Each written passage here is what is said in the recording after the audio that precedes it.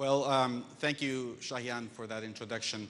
For those who may have difficulty understanding Kurdish, my name is Zalla. I'm a Rudaw journalist, and I'm pleased to be joined by Honorable David Schenker, former Assistant Secretary for Near Eastern Affairs at the U.S. Department of State. As you've noticed, there's a lot of interest in understanding what the next 4 years of President Trump's term may look like for Middle East in terms of U.S. foreign policy. So let me begin by asking, are there any indications, or based on the few statements that we've had so far, based on the administrative staff picks, do we know what direction is the U.S. foreign policy under Trump may look like? Are we going to see a departure from the first term, or a repeat of the kind of reactive and transactional foreign policy that we saw in the first term? Well, thank you. It's good to be with you today. Thanks for having me.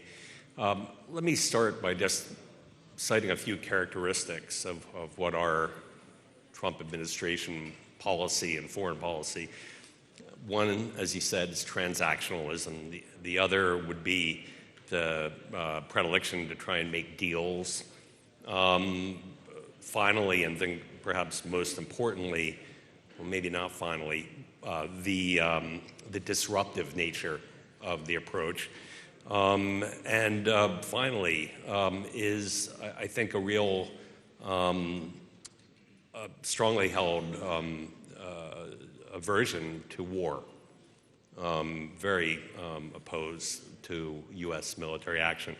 I think there will be some, consistency with the last administration, but I think many of these tendencies, many of these characteristics will be accentuated.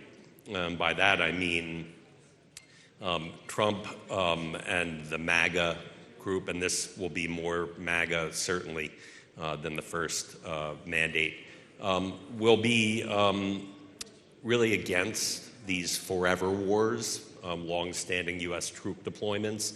In terms of transactionalism, there'll be less sort of traditional American altruistic approach, more transactional approach, looking for distinct benefits to the U.S. from any particular U.S. action in the region. So I think there will be less engagement, less involvement. There will be a real heightened focus on U.S. domestic politics, that is anti-immigration, less of a focus on the U.S. traditional role abroad as the indispensable ally. Right, but so the amount of focus that the U.S. administration, the next administration, is going to give to foreign policy, what are some of the priorities? Are we seeing Middle East being one of the priorities, or China and Russia and other issues are taking more of that priority? Yeah, right now, listen, the administration came in, and they were the first administration. President Obama had talked about it a lot, the pivot to China. I think in the last Trump administration, they really did it, and part of that was because of COVID. We were forced to focus on China and the pernicious role they play in the world, and the nature of being the primary major strategic challenge for the United States. Trump 2 is all about the pivot to Asia. It seems right now that the focus is distinctly on the Middle East, and that may be the case for a little while longer. But I really do think that in terms of the major issues that we're looking at right now at this conference, Syria, Iraq, you're going to see downgraded U.S. involvement, less intense engagement, less willingness to devote troops, certainly less interest in humanitarian development assistance. He will be focused here in the Middle East on deal-making. Deal-making by enlarging the Abraham Accords, if possible, with Saudi Arabia. And this, we can talk about this more, but this may cause some issues of irritation between the administration and Netanyahu in Israel.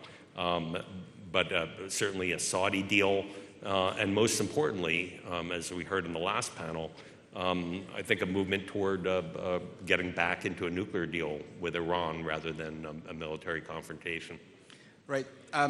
Maybe briefly, but when it comes to in the last Erbil Forum, you actually alluded to the areas of continuity between the first Trump administration and then Biden administration. So now maybe we revisit that question. What areas of continuity, or the biggest area of continuity between the previous administration and the second Trump presidency do you see, and what are the biggest areas of change? Well, I think Iran will be one that there is an effort to get back into a deal. The difference between Biden and Trump, of course, is that Trump is going to try and get back into a deal and a negotiation with Iran through maximum pressure campaign. Another, I think, consistency between the administrations will be, of course, the support for Israel. I think Biden was beaten in many ways over a perceived somehow lack of support for Israel. I think he was among the most pro-Israel presidents in history, and I expect that to remain consistent.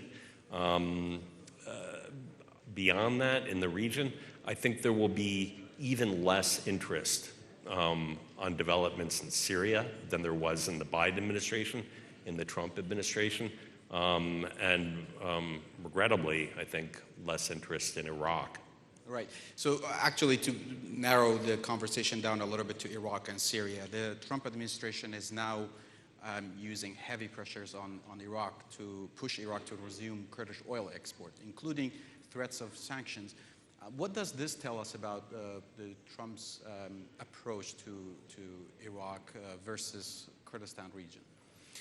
Listen, I think there is within Washington, within both Congress and within the administration, an enormous amount of support and empathy for the KRG. That, I think, will benefit the KRG in many ways. In particular, if there is a downsizing of the U.S. military presence in Iraq, there will likely be residual force remaining in the KRG. There also, as there will be enormous downsizing in U.S. military financing around the world, I think the $20 million per month to the Peshmerga will likely continue, although it may be conditioned in some ways. It is already conditioned but not enforced on the unification of the Peshmerga forces. For the rest of Iraq, I think we're going to get back to where we were in Trump 1, which is starting to hold Iraq to a higher standard.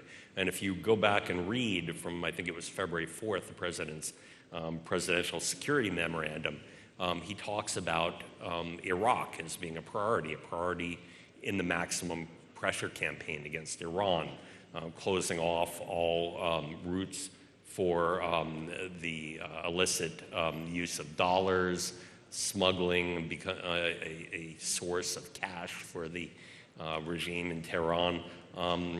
Likewise, there will be moves against smuggling and an effort to compel the government of Iraq in Baghdad to stop providing safe haven support to Iranian proxies like the Hashid. Right.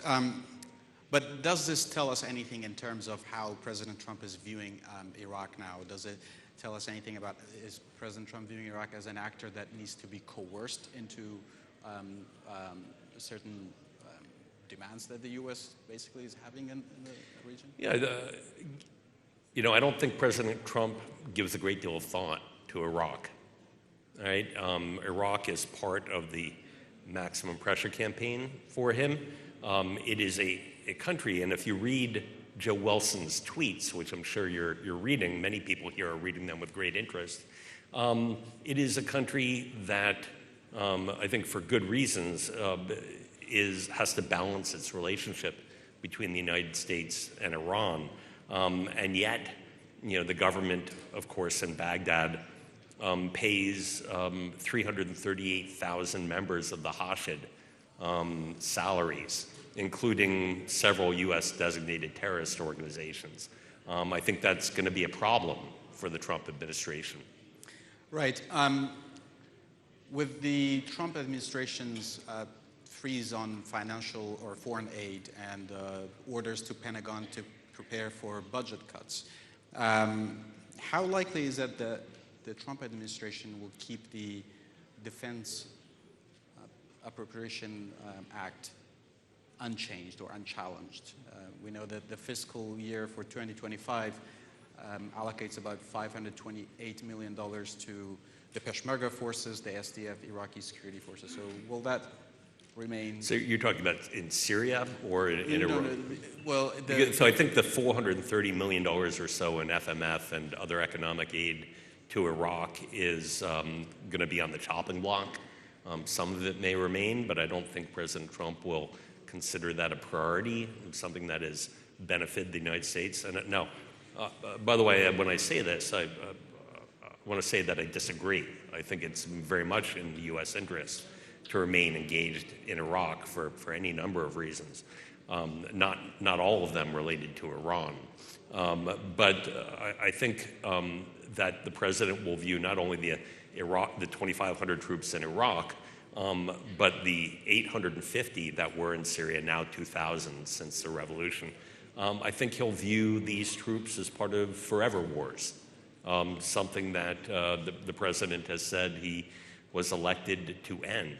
And so I would expect that the president will get a perfect phone call from Erdogan. And Erdogan is somewhat of, in my view, the Trump whisperer.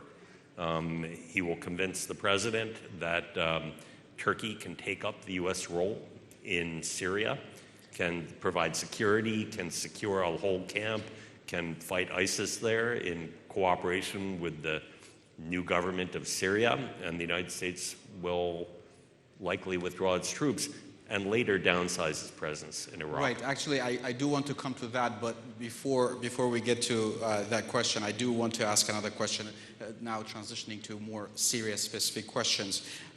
Kurds have lost over 15,000 lives in fighting ISIS under American leadership. Yeah. On Tuesday, the Syrian National Conference concluded without a single Kurdish party being invited to the conference. In response, there were a joint statement by 35 Kurdish parties where they were expressing concern over the direction that Damascus is taking. Several declarations were made. None addressed Kurdish rights or even acknowledged their existence in the country. So the question is, how will the U.S. position itself in response to this kind of exclusion of the Kurds? Do you think Washington may address this kind of exclusion, or do you think it will remain indifferent to it? Well, let me start off and say that there's been much hand-wringing about Ahmed al-Sharaa and the future of Syria, whether this is a member of ISIS or al-Qaeda. To be sure, in Idlib for 8.5 years, al-Sharaa actually fought ISIS and al-Qaeda. He has said many things that are the right things about the future of Syria, being tolerant, pluralistic, no implementation of Sharia law. He may end up eventually to be repressive. And I still think that's better than the Assad regime, which murdered 500,000 of its own civilians and forced 6 to 10 million Syrian, mostly Sunni Muslims, into exile abroad. I think that the murder resembles genocide, and the exile resembles ethnic cleansing. And so I think that Sharaa will be better. This conference that was organized there was a day and a half of notice. It was poorly organized. There was poor attendance. And it showed really a lack of organization and forethought. And I hope they are more conscientious in the future. What I would say is that this was a pre-conference to the actual constitutional conference. And I think the international community should be focused on pushing al-Sharaa and others to do better moving forward. Once again, this may turn out to be a repressive, non-tolerant regime.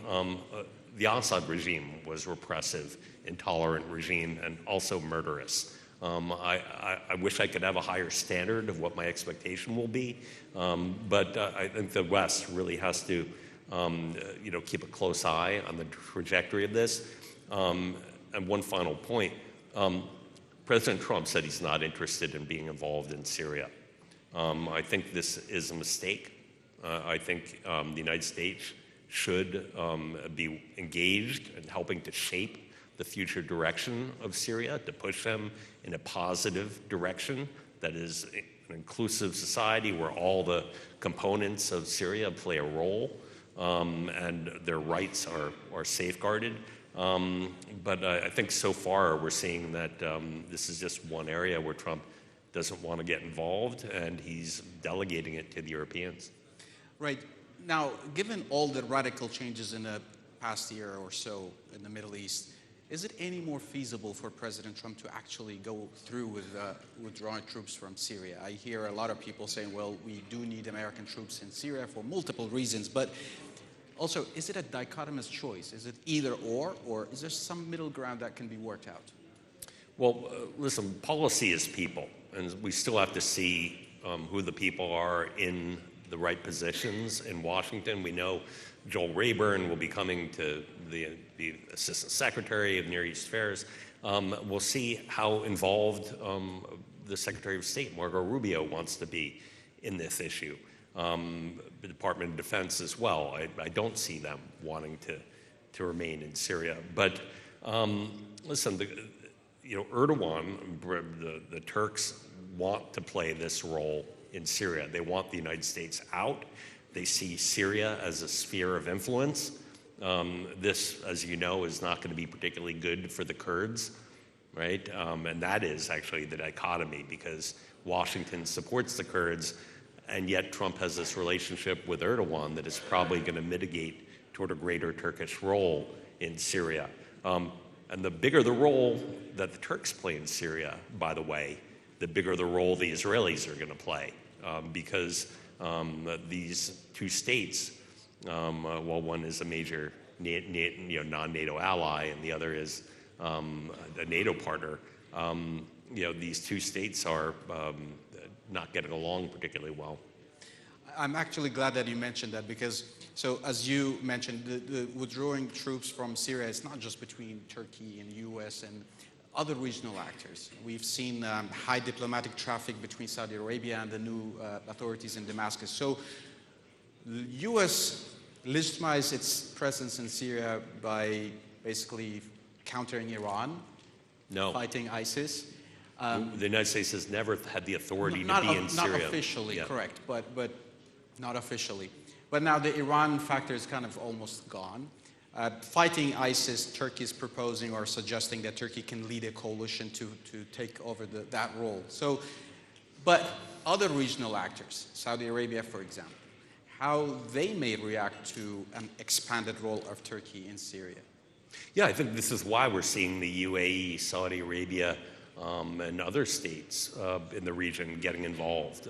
They too are concerned about perceived Turkish expansionist tendencies. And I think, al-Shada himself, listen, al-Shada is no doubt Islamist to some flavor of Islamist, whether this is now Al-Qaeda light or Muslim Brotherhood, and that clearly is ideological fellow traveler with Turkey, which is essentially highly sympathetic to the Muslim Brotherhood trend. And so there is, I think, a natural role or relationship between the government in Damascus and Turkey, but this is a grave concern. Syria is the center of the Fertile Crescent, the center of the region. It's bordering on Jordan, American ally. It's bordering on Lebanon, on Turkey, on Israel, and Iraq, not least among them. It can do a great deal of damage if this country doesn't turn out to be a government that is effectively controlling its territory. There will be spillover and all sorts of regional consequences. Nobody wants to see that. I'm wondering. I mean, it could go the way of Libya, right? There's nothing that says that that Syria is going to be able to, that al-Shara is going to be able to bring all these militias under his control and succeed at this state-building endeavor. Right. Actually, I have time for one more last question, and I want to go back to the foreign aid and the President Trump's kind of focus on stopping foreign aid, especially when it comes to the situation of Al-Hol camp. We know in the past encouraging other countries to repatriate their citizens from Al-Hol hasn't worked very well. There are still over or close to 40,000 individuals linked to ISIS. So with the U.S. administration signaling that it cannot fund Al-Hol camp, what other alternative strategies can Washington pursue to prevent the camp from becoming a ground for ISIS recruitment? Yeah, listen, I think we're very early on into the Trump administration, right? They've frozen all funding. I think they have, in effect, taken a sledgehammer to the problem of U.S. spending when you really need a scalpel, right? And so, they cut the CDC, right? So we're not investigating Ebola in Africa anymore. We're not investigating outbreaks of measles or bird flu in the United States. They had to hire these people back. They fired the people in charge of nuclear weapons safety in the United States, right? They had to go rehire them.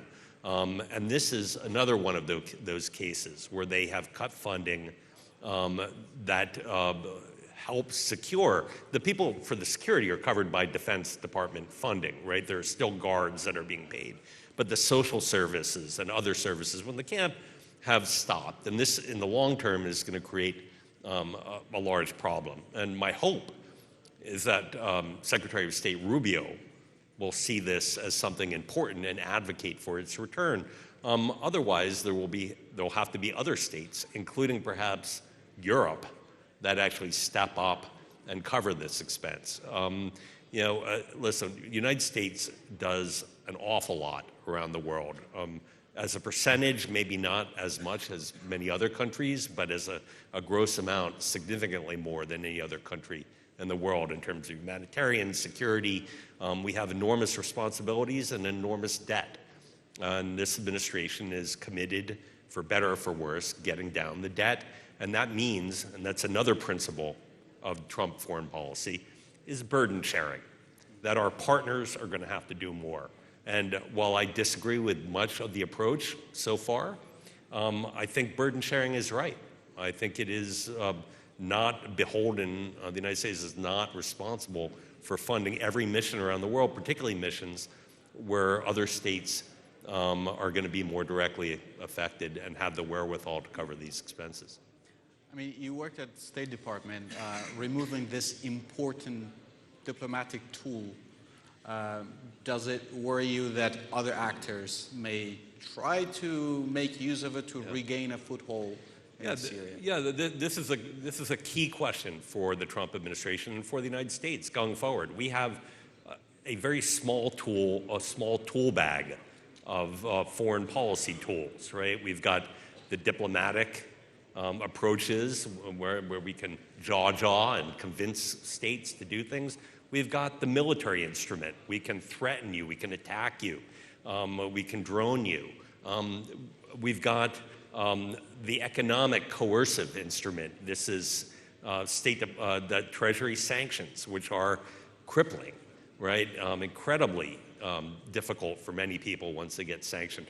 And then we've got what is the incentivizing device, which is economic humanitarian assistance. And I think that this is what traditionally, among other things, has set the United States aside or differentiated us from other states. We have been historically incredibly altruistic. And if you take that tool out of the toolbox, I think over time it will dramatically increase our ability to convince adversaries and partners to move in our policy direction. I'm not particularly worried about countries like China filling that vacuum. China doesn't give money away. China loans money at predatory rates that cause debt traps. you could just ask Jordan about that, or Djibouti. I really do want to continue this conversation, but unfortunately I think we have very few minutes left for question and answers. I would ask you please to refrain from making statements in the interest of time. Just state your questions. Why don't we start with the gentleman right here? I would like to thank the panelists. My name is Siawash Hayati, Secretary of Kurdistan Union Organization in Iranian Kurdistan. My question is that Mr. Schenker is, how do you see the role of Saudi, Turkey, Iran, and Israel and Kurds? How do you see their role in the future of the Middle East, and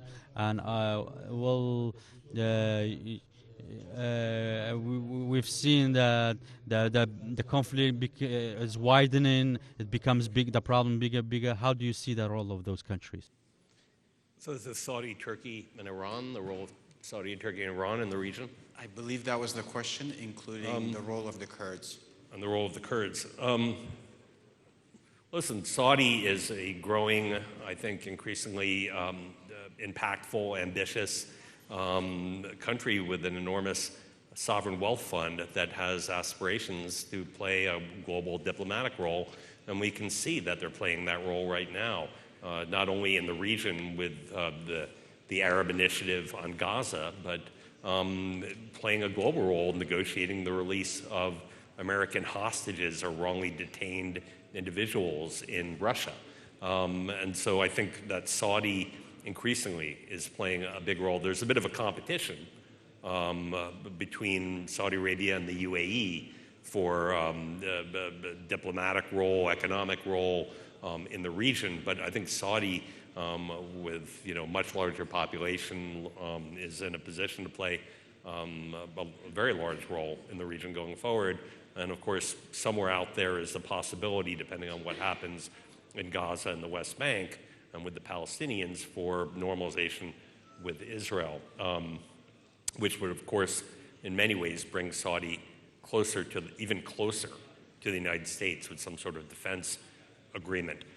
Turkey is a regional power with, I think, regional aspirations.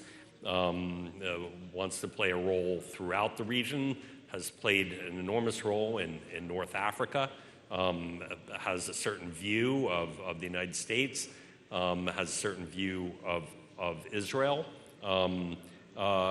but also sees itself as a key regional player and a future not only military but economic regional power, with a role potentially a bigger role to play in Europe going forward.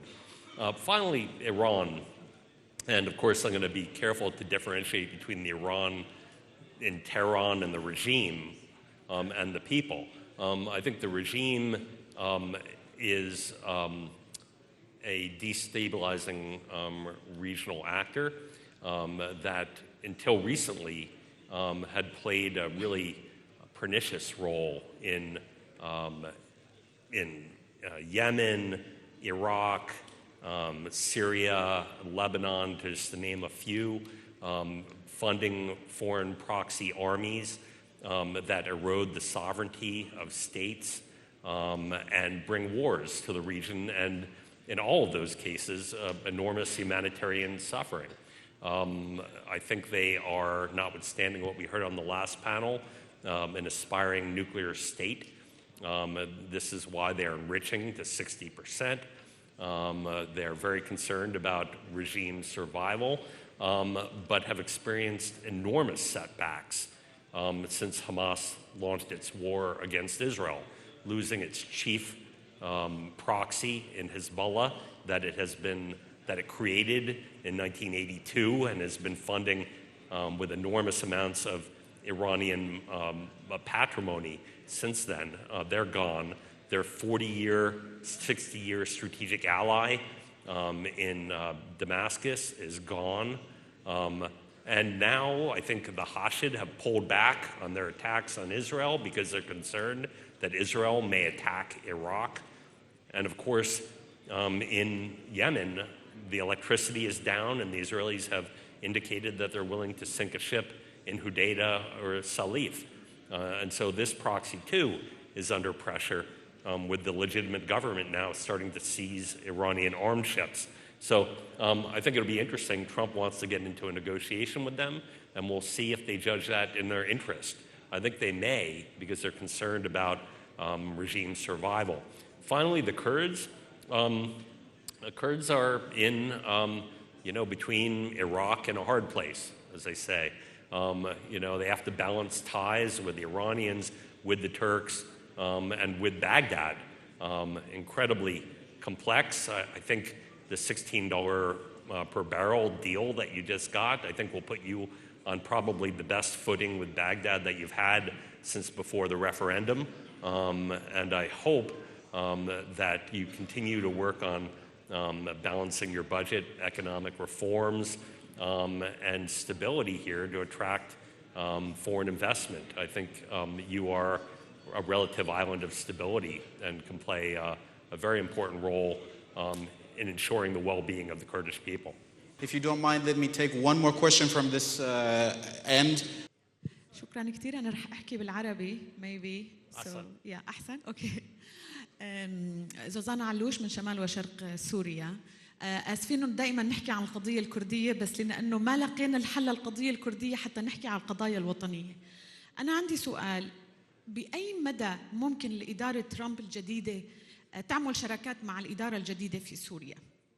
يعني ما رح أحكي على انسحاب من شمال شرق وتداعياتها على المنطقة، ولكن سؤالي، أنا جديد رجعت من دمشق والوضع كارثي لأبعد الحدود، فلأي مدى إدارة مثل إدارة ترامب بتاريخها ممكن تكون شريكة مع الإدارة الجديدة في ظل عدم وضوح الرؤية الديمقراطية والأقليات وما إلى هناك في سوريا؟ شكرا كثير روج. شكرا. Okay, so the Kurds, let me say, I am not a fortune teller.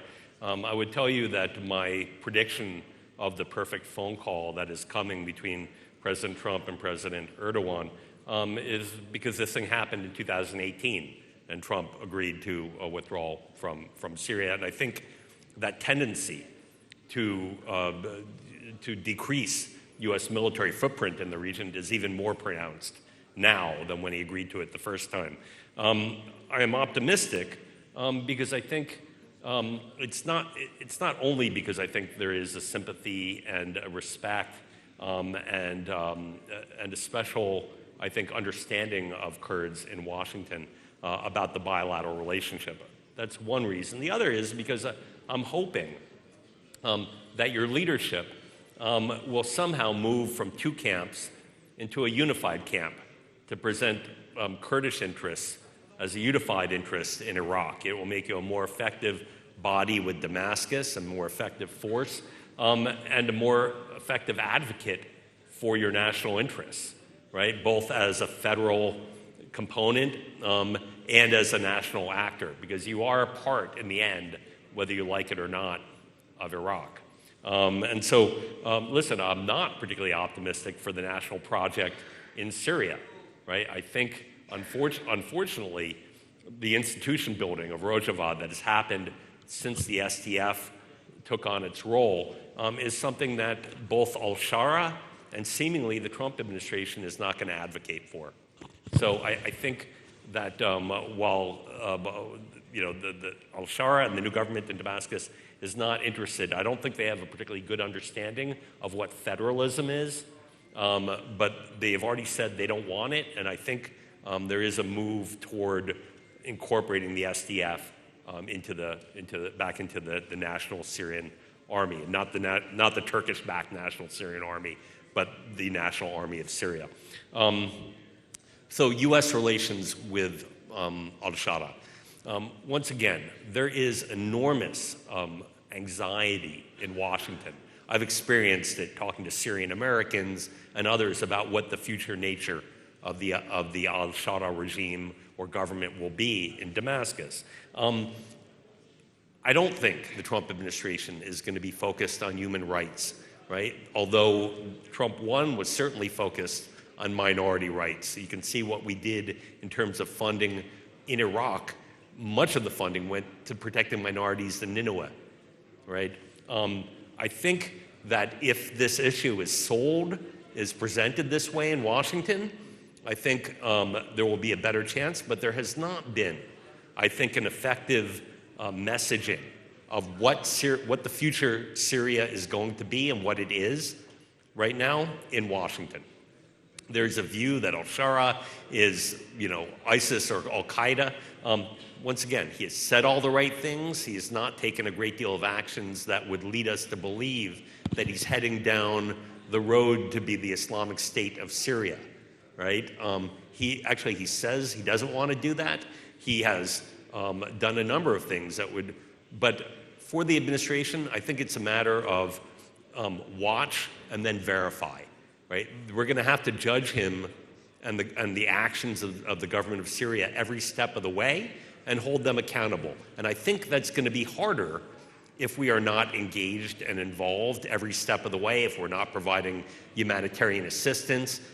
It's not enough for us to stand on the sidelines and tell the Europeans what to do, or tell Saudi Arabia what to do, or try and convince them to withhold funding if they're not moving in a direction. I think we too should have skin in the game.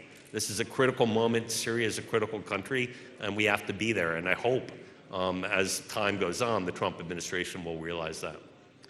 Thank you very much, Mr. Schenker, and thank you all for your attention. Thank you. Thank you very much. Yeah.